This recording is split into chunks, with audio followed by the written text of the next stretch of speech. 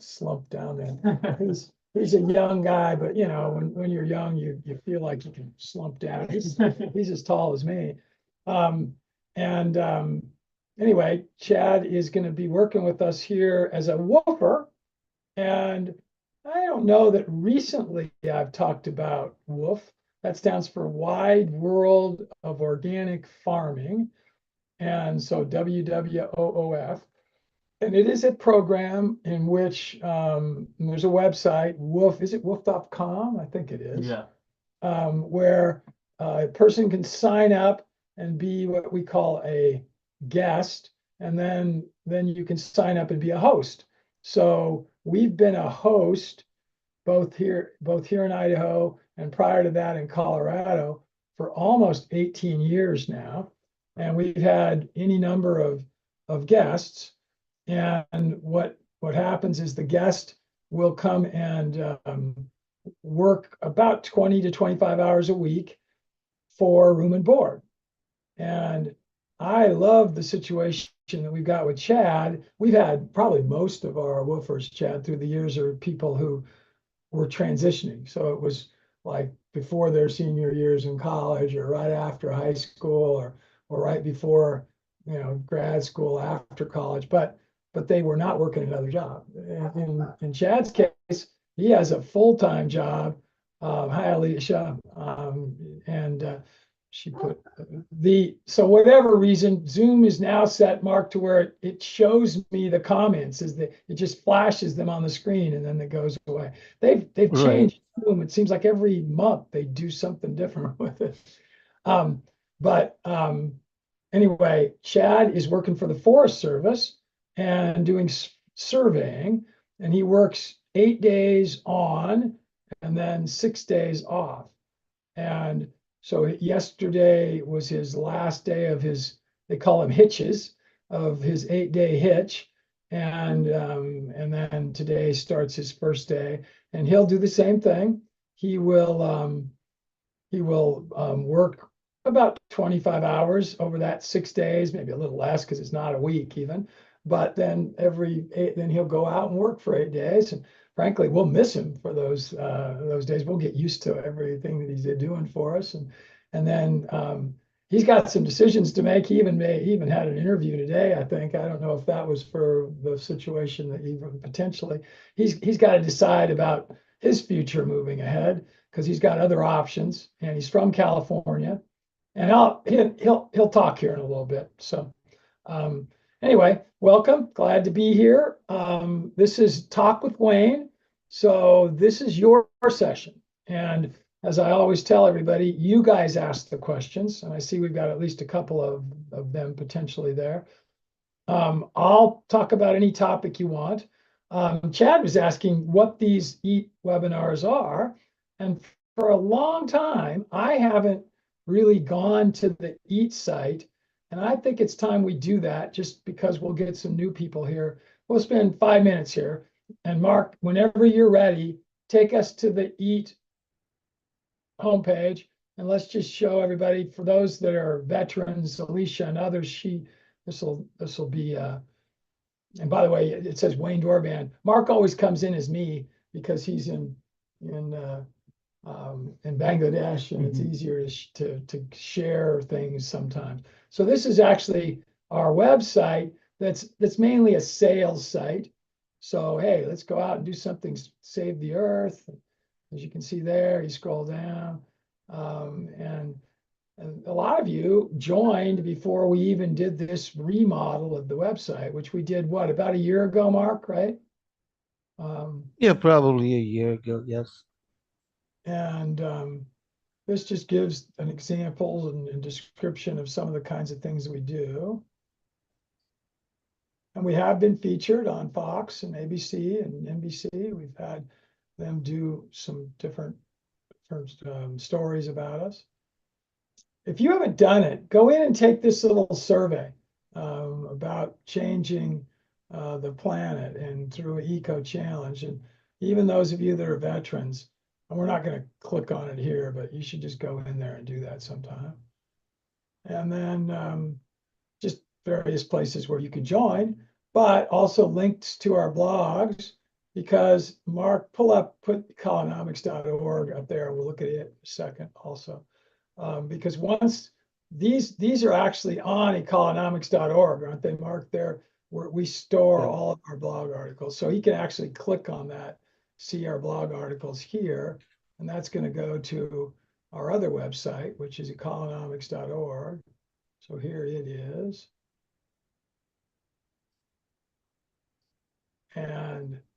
And then it gives just a little about section, and there's those blogs you just saw. But what have we had, Mark? Go to the blog page. We did our first blog, and Mark might have helped write it in 2013, I believe, right, Mark? I think it was 11 years ago. It'll show a Yeah. list in a minute on the side.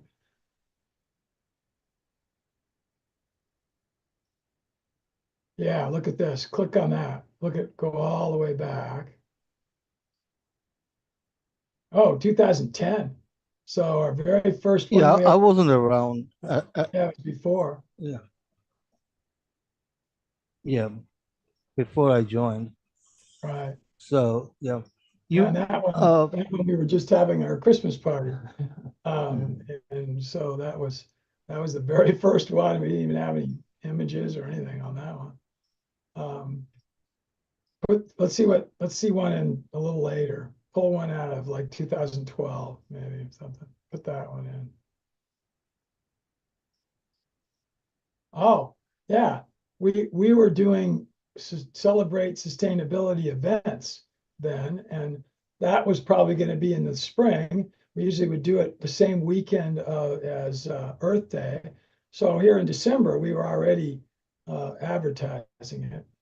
And you were probably around by 2012, Mark, weren't you? right? Yes. Yeah. Mhm. So yeah, I started writing blogs for you around this time. So I was blogging like 3 a week probably at There's that. there's hundreds of them on here, everybody. You look back down there at that, and I bet most of you have never really looked at them. So go back and check them out sometime. Yeah. Look at, there's some years there. Go back up to 19, I think. Did it? So we did 50 of them one year there. Where was the year? Was that maybe it was a little farther back?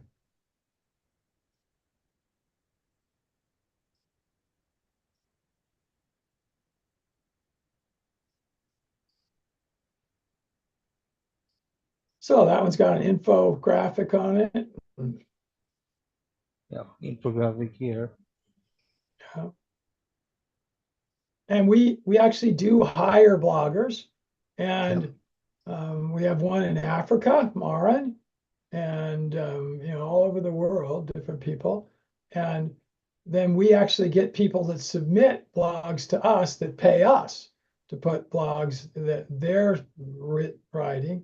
Find one that an outsider wrote, Mark, because we usually give them the tagline, so there it won't just say by blogger, it'll say by whoever wrote it. Yeah, sometimes we'll have the author's name, and sometimes they want to be anonymous, so we just uh, use blogger or something else, guest blogger. Yeah. And if you haven't been to the economics.org site for a while, notice the little image down in the right-hand corner, kind of jumping around a little bit. That's AI. And when you click on that, it will be the way I would answer questions that you might have. And it uses a lot of information that we loaded in to where to some extent it's thinking like me. It's thinking like economics. By the way, you can see that's taken out in the front of the logs. That actually was at our house in Colorado. That was a log house also. Um, I'll get to that question, Alicia, just a little bit later here. Let's send it a quiet. Let's see what it does. Some answering. Let's see. Let's let Chad think of a a question to ask the resilient living coach. All right. what's a benefit to indoor farming? Okay.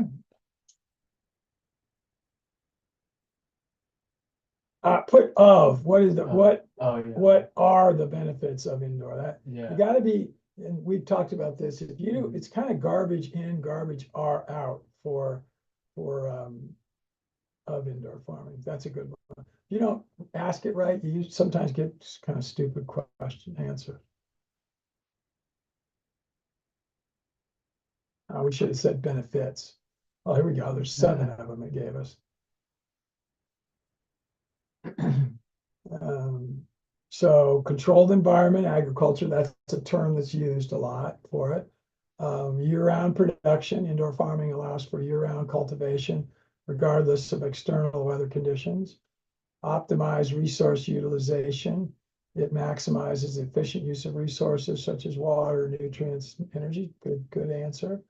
Reduced water consumption. That is true. Any kind of controlled system, indoor farming will use a lot less water than if you're watering plants in the ground. So keep going. You know what? We're going to put Alicia's question in here and see how AI Wayne answers it. So go look for that one, Mark. We'll put that one in next. But keep scrolling down because let's see the last 2 answers that it gives. Local and sustainable. Again, you can do it anywhere. I mean, if you got the right, so you can now have food coming locally rather than 1,500 miles away, like most of the food here in the US does. Keep scrolling down that, Mark. There's 2 more answers there. Increased food safety, indoor farming. Let's see that answer. Scroll down a little, Mark. We're missing number 6. I think this is the end of it. No, I want to see number 6. We weren't done with number Oh, 6. There we go. Uh, It's just up a little. We're mm, not see, there we go. Now you keep coming back to the same place. yeah, it doesn't. Um, so Okay, there it is. Okay, it's gone. All right, forget that. Take Alicia's question, but it is better safety. And then jobs. Jobs come from outdoor farming too, so that's a general answer. Let's see what the answer for Alicia's question. Put the one she did about grasses. okay. So regenerative farming. Just copy it. Just copy what she asked. Just put it in there.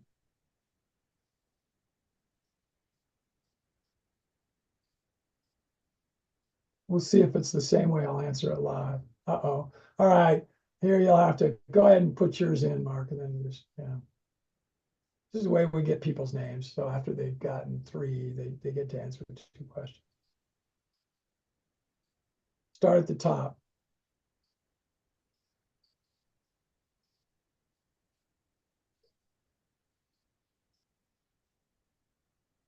As for grass, it's okay. I absolutely agree with the, see, it actually goes back to regenerative farming, which is kind of cool.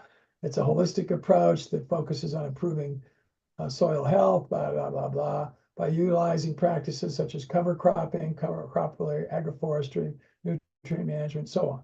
As for grass waterways, they play a vital role in improving agricultural water quality.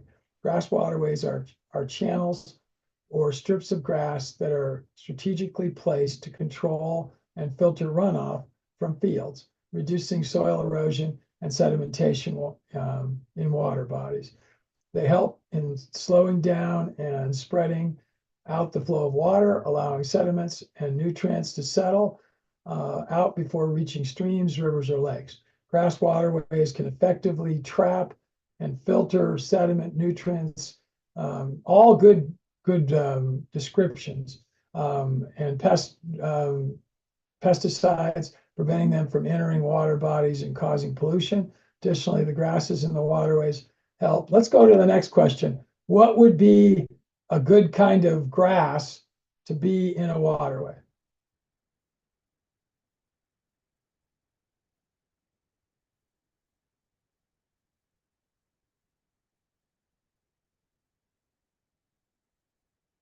To be in a waterway. Let's make sure you keep answering. To be in a waterway. In a waterland or Waterway. uh, Put waterway, all one word, waterway? Okay. question mark.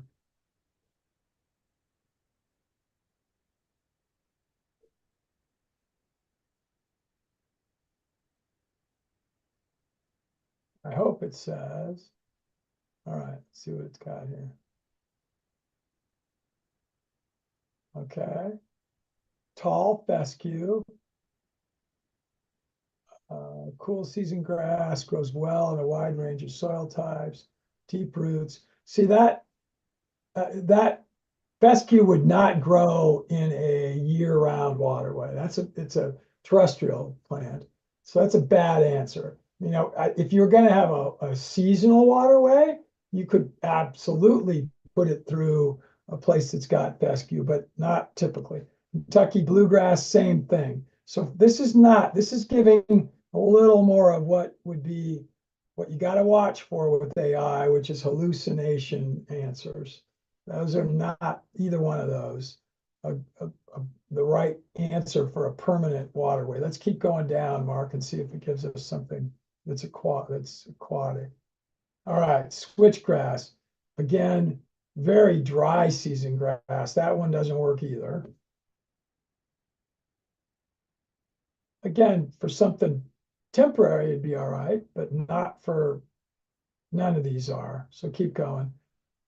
Smooth brome grass is not good. Reed canary grass. That one actually could be. That one is found in wetlands. That could work, but those aren't the ones I would recommend. I would say you'd want to have different species of reeds, the whole family of reeds, which will grow as a grassy vegetation.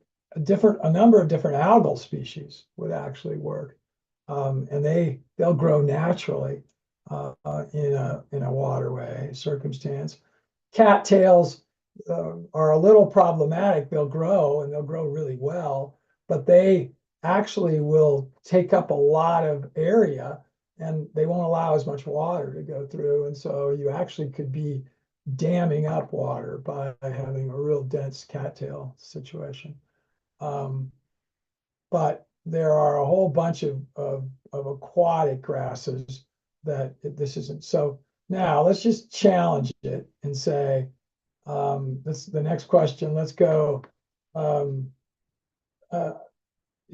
I don't tell him you really, I don't agree with your answers about terrestrial grasses, with your answer about terrestrial grasses in waterways. Waterways, plural. Please give me some aquatic grasses that will grow well in year-round waterways.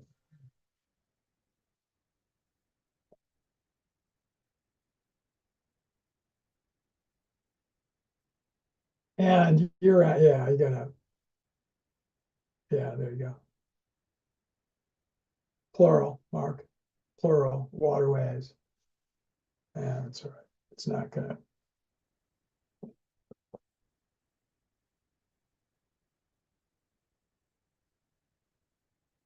All right, yeah, now it's given some. Common reed, okay, talked about reeds before. Phragmites, that's a very common one. Wild rice. Wild rice is a great idea because wild rice, just like cattails, are edible. Very edible, really well, really edible. Water celery is edible. That's not a bad one. Water hyacinth is edible, but not excellent, and it'll take over. It'll be like cattails, can be problematic. But all those are much better answers. Can this be like invasive species? It can, yes, that's the problem with it. Okay. Water hyacinth can be invasive, and it's not native in most places.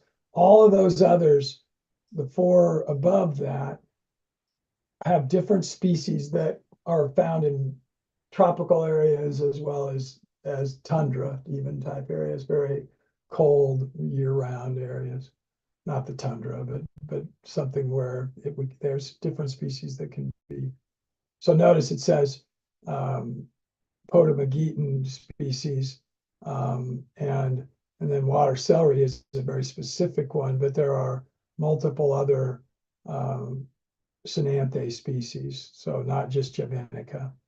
What's it say up at the top? I think it says common reeds for 2 and 3. Common, common reed Phragmites Australia. That there's a whole bunch of different Phragmites, also depending on the temperature of the water. So those aren't bad answers, but you know what?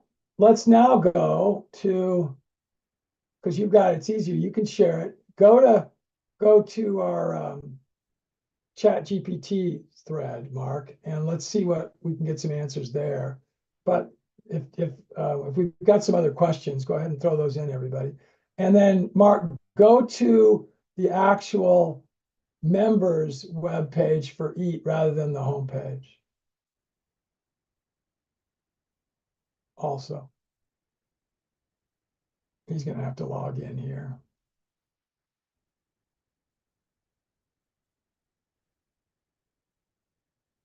There it came up. But he's going to, you were there. Oh, you're doing that. You're doing Kajabi. Got it. Yeah, I'm at the chat GPT now. Right, but let's look at Kajabi. Let's go to the homepage for EAT first. So this is something that you're going to want to be able to look at.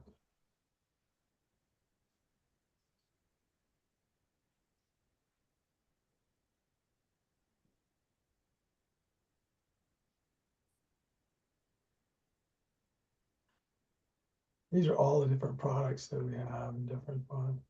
I don't know that, yeah, that's it. Command.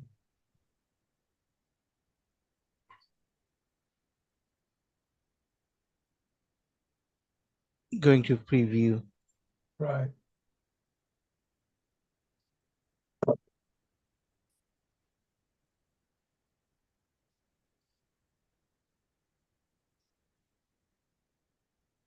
So this first is just a little introductory video that you can watch.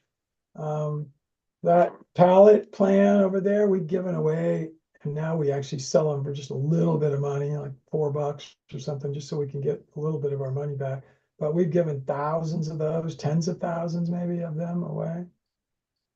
So keep scrolling down because you'll see the table of contents.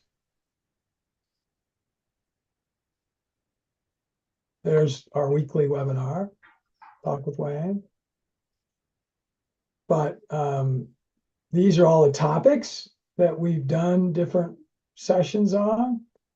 And by far the biggest is the Mark Shepard series on still up a little higher, go a little higher.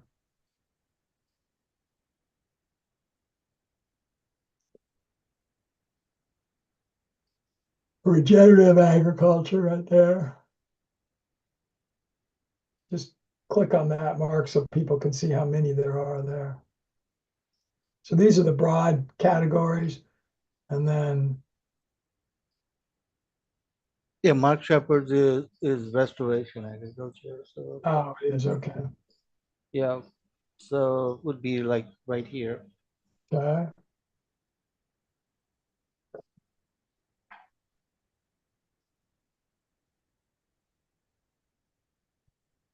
Look at how many So there are. There's actually a lot more than 10. yeah, yeah, they stop, like they make breaks when they're but Yeah, I they've think divided case studies and Then there's question and answer periods, and yeah, Mark is, Right. So I think altogether maybe 60 total. I think there's close to 100 actually. 100. Okay. Total. So, Yeah. yeah, if you keep going there, I mean, every one of these pages are marks.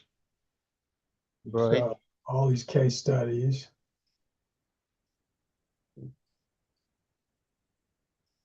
Yeah, look at this. There's 50 case studies probably. Go to 4. We'll see what the end is. All this is unique material. You won't find it anywhere else in the world. Mark doesn't duplicate things. So you watch any one of these single episodes, and it's not something you would have heard Mark say if you heard him speak at a conference or some kind of an event. It's unique to what for us. By the way, that pallet building is sitting at our ranch in Colorado, out in one of the pastures. This next image down below it is a couple of women that worked for us in Colorado for a while. Keep going down, Mark, scroll. Let's see that there's 2 women whose heads we're seeing. That is, no, that's Victoria. That's not what I thought it was. I thought that was Melissa and somebody else, but that was one of our speakers actually. Mark, that should go away. You should go to that page. Notice unless we're doing, that's really old. That's not on, that shouldn't be there. Yeah, we'll change that.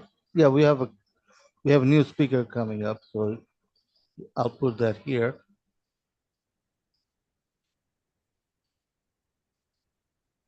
So you're going to be made a free member of this, Chad, just for Alright. being here, and you'll get the access to all these. Thank you. All right, let's now go back to ChatGPT, Mark. Let's see how different our answer is if we ask, let's start a new chat about grasses in waterways. So let's ask the same question in there, that just again copy and paste Alicia's question. Let's see Okay. how ChatGPT answers it. Okay, so I will ask this question.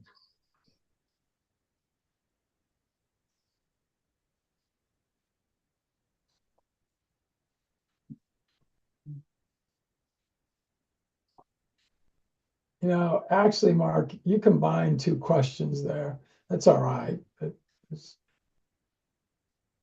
She asked you put 2 of her questions in the same one. Oh, okay. Let's do start a new chat again and just use the one about grasses, because this is kind of messing it up a little bit. And a little bit of garbage in, garbage out. But start a new chat. Don't just put it in this one, because it's now focused on regenerative farming. All right. Do you know how to do that? Go up to the left-hand side. I don't know that you did, but Yeah, it's in the chat. is it? Okay. Mhm. Erosion control, I think we got that before. Let's go back quickly and compare with what it gave us with the talk with Wayne, the one that where I kind of educated it. Okay. Go to the economics and back to look at that with that series of answers. Yeah, go back up.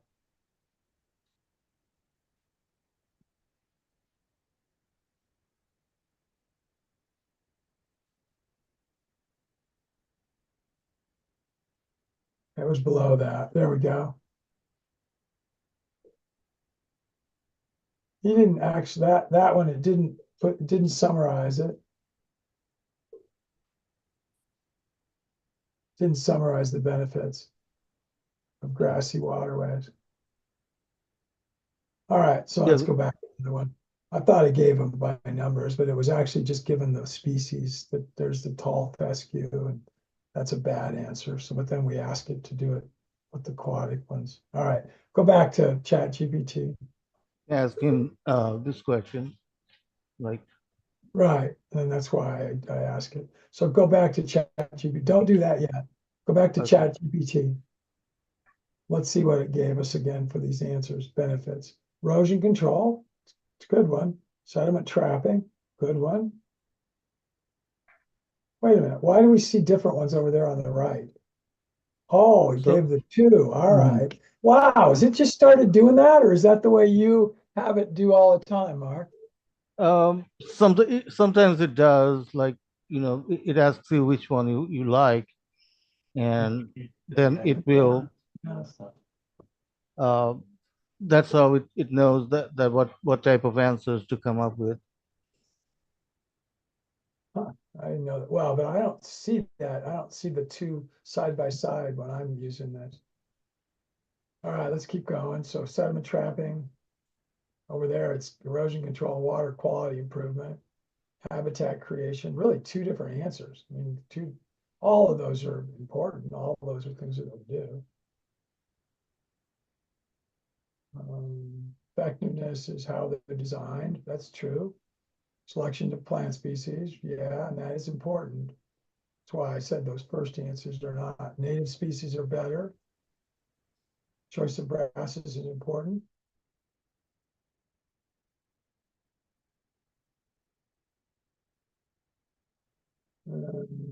Okay, this one has a conclusion, the other is over. All right, let's go to the next question. Is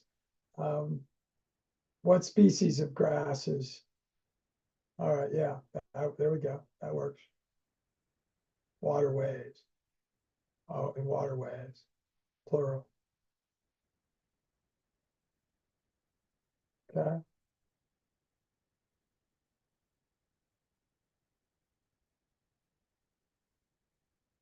Spartina is a good one. That's an interesting one. River bulrush. This is really different, but not bad. All different ones. These are more tropical, by the way. These are not, some of those genuses are not temperate. Rush juncus is. Those aren't bad, actually. I actually like those. That's a better answer than some of the ones that we got through that other approach, the other Wayne or related answer.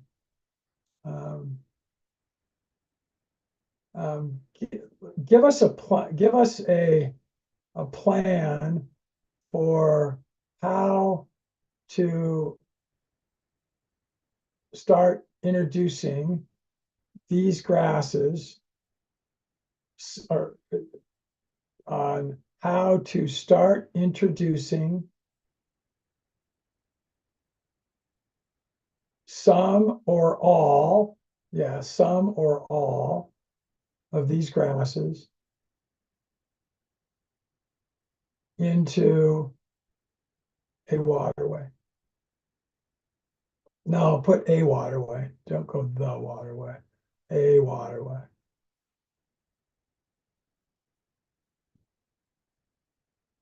So, in your last year and a half of college, Chad, how much Mhm. did you use AI? I definitely used it a good amount, Yeah, especially with I had a lot of coding classes. Yeah. So I was using it a lot in R and in ArcGIS.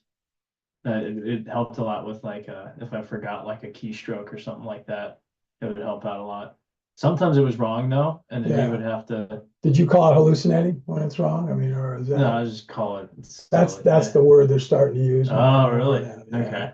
Is it when it screws up, it hallucinates? Yeah. That's sort of a term. I like when it'll do things like this because I think people Yeah. forget to do like assessment and planning before you just start site preparation. So Mhm. here's where it's saying, okay, assess the site, conduct a thorough assessment of the waterway, the soil type, water depth, flow rate, current vegetation. True. I mean, there might be something already in there. Areas prone to erosion, nutrient runoff, poor water quality. Then Species selection, yep, it's pick the ones you want to use. And then it's already given us a list, so permitting and regulations, then prep, remove invasive, there, that's good, because you don't want us, for example, start with let's say hyacinth Mhm. that's invasive, and so you want to get rid of that. And then, temporarily divert the water so that you can make planting easier, which is true, and protect young plants from being washed away. That's true. So now planting, let's see what it's saying for that. Keep going down, Mark.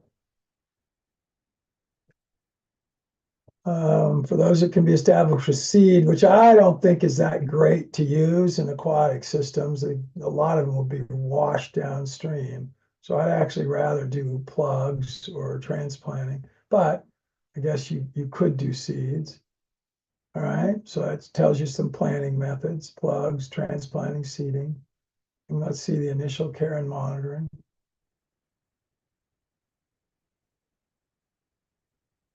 Mark, scroll down. Here we go. Watering, ensure the newly planted grasses receive adequate moisture. So again, it's assuming you haven't started the waterway back up again yet. Mhm. Temporary fencing for wildlife, livestock, probably true. You would have some of that. Monitoring, yes. Okay. Now, ongoing maintenance, manage, invasives, probably don't let other things come in. Adaptive, be prepared. Just scroll down a little more, Mark. To adjust the management practices based on the success of the grasses and such. Evaluation and reporting. I don't know if you're doing it as a farmer or whether you really care about reporting it, but you could. All right, that's not bad. Okay.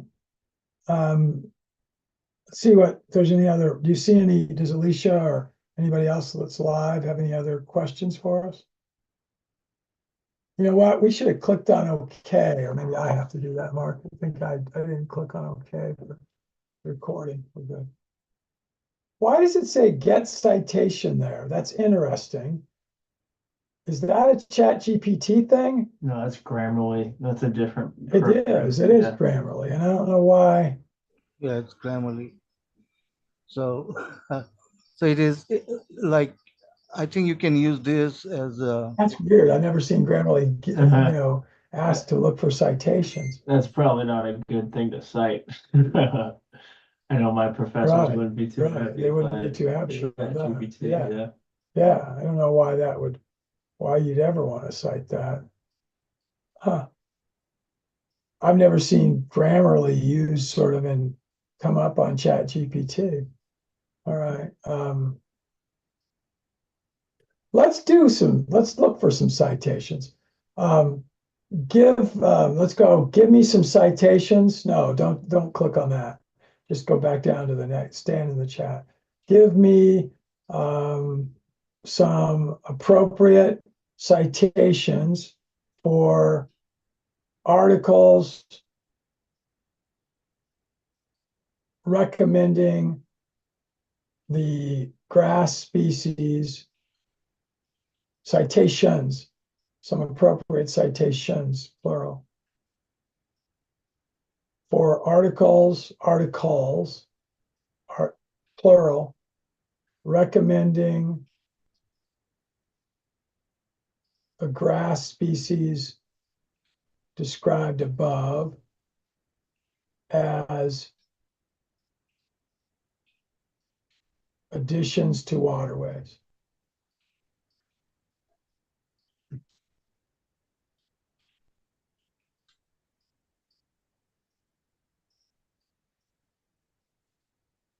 Here's what I found you really have to check Mhm. Chat GPT on. It's going to give us some. Some of them are not going to be real. They're going to be hallucinations, and they'll even say that.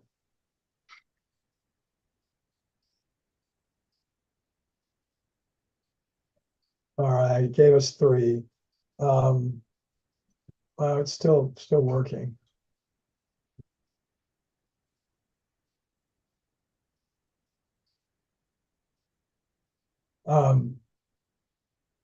Please be more specific and give us citations in a scientific manner.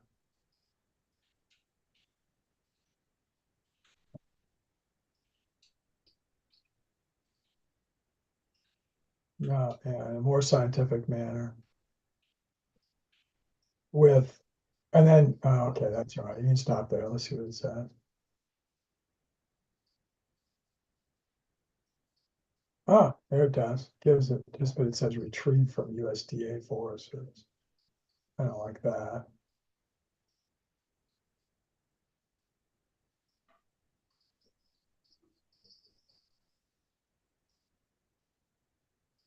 Giving us more.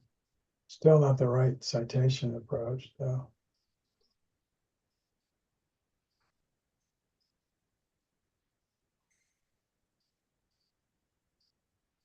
Now it actually is listing all the ones that it put up before.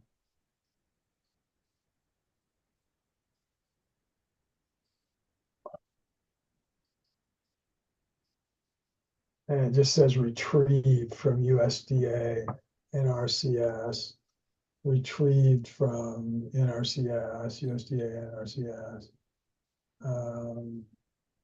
There's one, it's retrieved from Alaska Plant Materials Center, USDA, NRCS.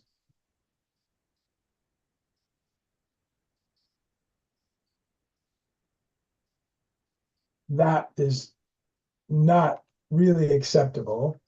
I don't want to spend a lot more time here trying to get it right, because you can get it to do what it'll do sometimes is it'll give you completely hypothetical citations, and you have to check them out and see if they're accurate. You can't ever trust it when you're getting citations. So any other questions here, Mark? I'm going to click on the chat, see if anybody. Grassed waterways, and absolutely, and she got more specific about improving water quality. All right, well that's fine. Turn that a little, so it's, maybe we can get it to where both of us. There we go. Mark, I'm going to share the screen now because I want to show something that I was doing with ChatGPT. Okay, log back in.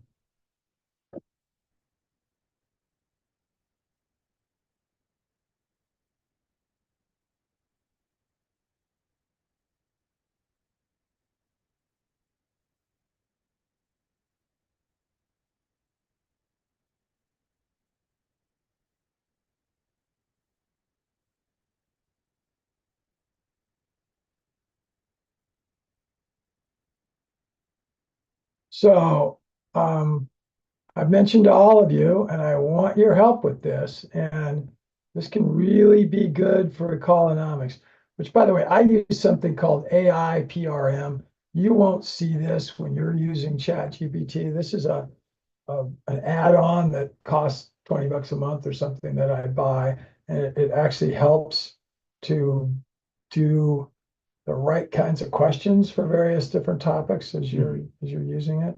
And it also gives a little wider variety of, I'm going to call it personality that it uses for you as you're putting in. So you can this is where it's allowing you to choose some things. I'm going to go ahead and pick something that I already started doing,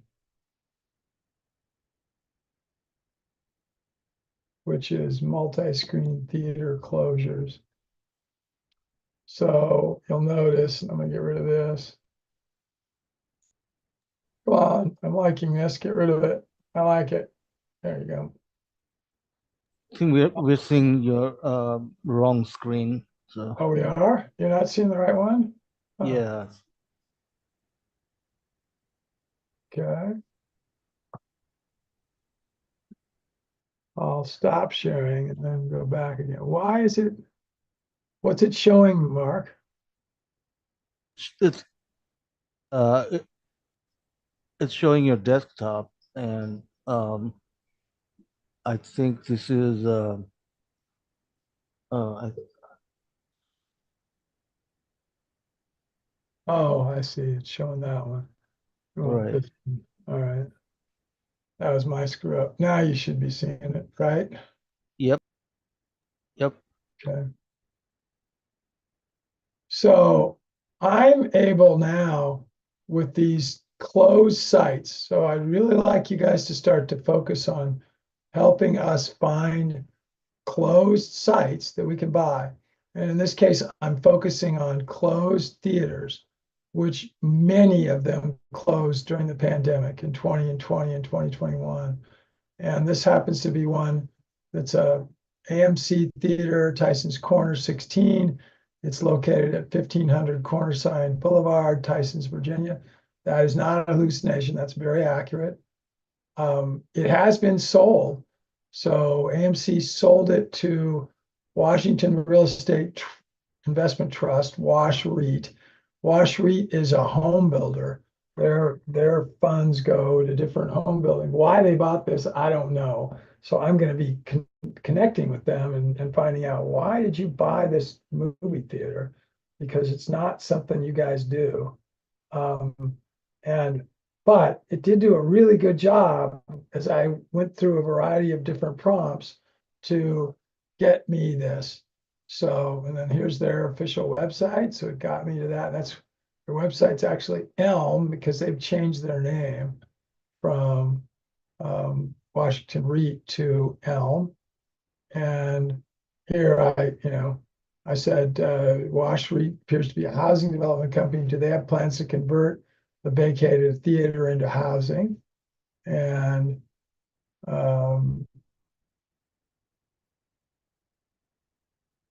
and they say that it's the AI is saying that it's more likely developed into another commercial use or mixed use development rather than purely residential. Don't know that. That's not a bad answer. Um, there are there are a bunch of other resources.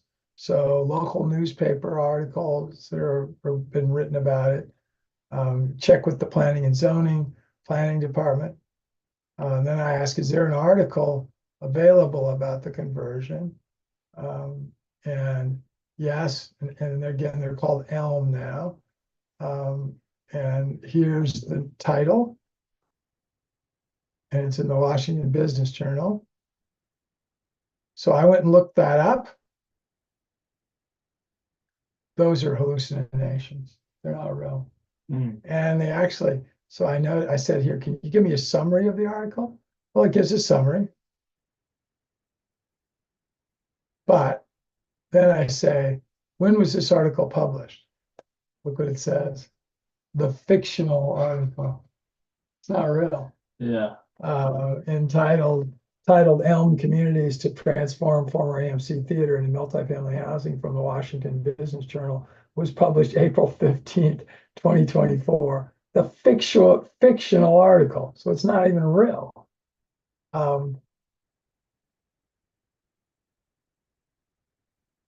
Then I picked another one, 5614 Bay Street, which is another one that's been closed. That one's owned by the Harris Bay Street LLC. I was just in the process. This is my last one that I did, so we can take it.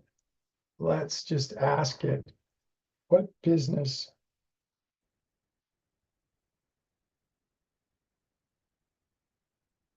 Harris Bay Street LLC. And what business is Harris Bay LLC in?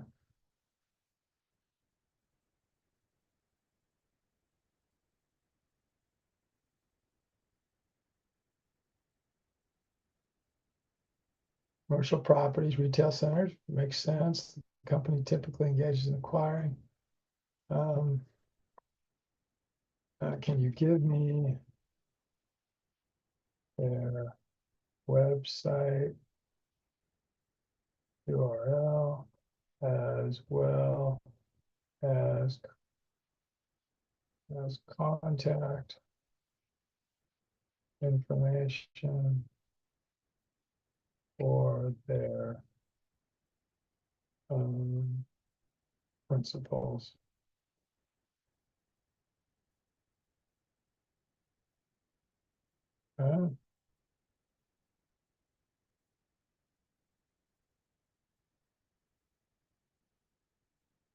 No dedicated website, and I actually had already found that out. I did do a Google search. You can't find anything specifically about Harris Bay Street LLC.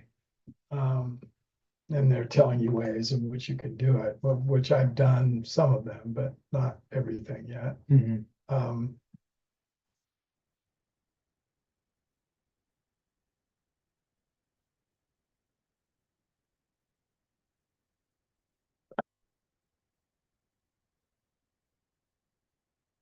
Yeah, it had already said that. There is no dedicated website for Harris Bay Group, Harris Bay Street LLC.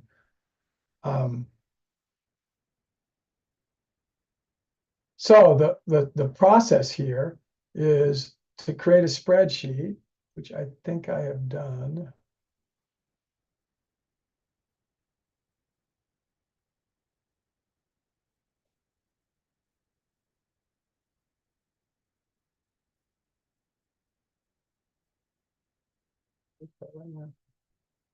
For multi-screen theaters. And that have been closed. And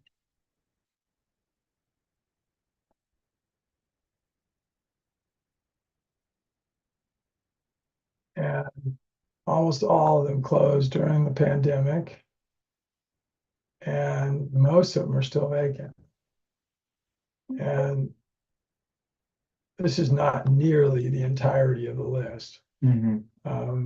This is a good start. And then remember, I looked up the one, we started with the Grove. We started with one in LA. And then we looked up that one in the Washington, D.C. area. But what we'll do now is go through all these. And there's where it gets to be a little more work, just to find out which ones are in what circumstances. Well, we are 6 minutes from the top of the hour, which is when we will finish for the day. What other questions do you guys have? Throw them in here. And Mark, you be looking. What are you planning on doing with all these theaters? We'll redevelop them. Okay. So that's our business. So we haven't talked much about what I do kind of as my primary business. We redevelop sites that are underutilized commercial sites. So notice the tabs down here: multi-screen theaters, retail malls, coal-fired power plants, textile factories, paper mills. There's just 5 of what are probably out of 50 different categories, different kinds of businesses, military bases, and all kinds of things. We're just starting to use AI more to help us figure out than just the lists of all those different kinds. But yeah, we clean them up and redevelop them. Mark, you seen any other questions? I don't see any questions. I see a comment from Alicia, says keep up the good work researching the AI sites. So that's all I see. No more questions. Okay.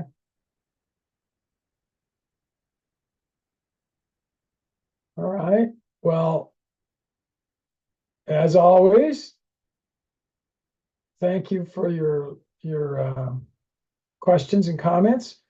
Tell everybody else about it and watch this on replay. And Mark will have it up as a replay in the next couple days. And recommend speakers to us. We're always looking for great speakers or good speakers. Not bad speakers, but good ones at least. We haven't had that many bad ones, but through the years, through the last 6.5 years. Go out there and make the planet better. And give you just a minute or so for any last questions or thoughts.